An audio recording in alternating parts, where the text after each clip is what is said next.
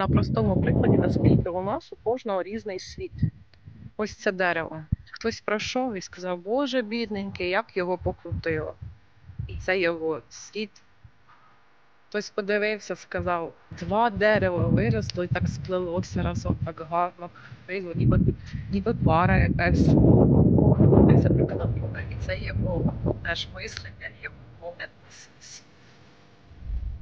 Хтось прийшов і рішив його, бачите, покоцать, подзьобати, тому що йому чогось не сподобалось. А може, людина була просто якась агресивна і кудись треба було діти свою агресію. Це теж його світ. Якісь свинки замкнути.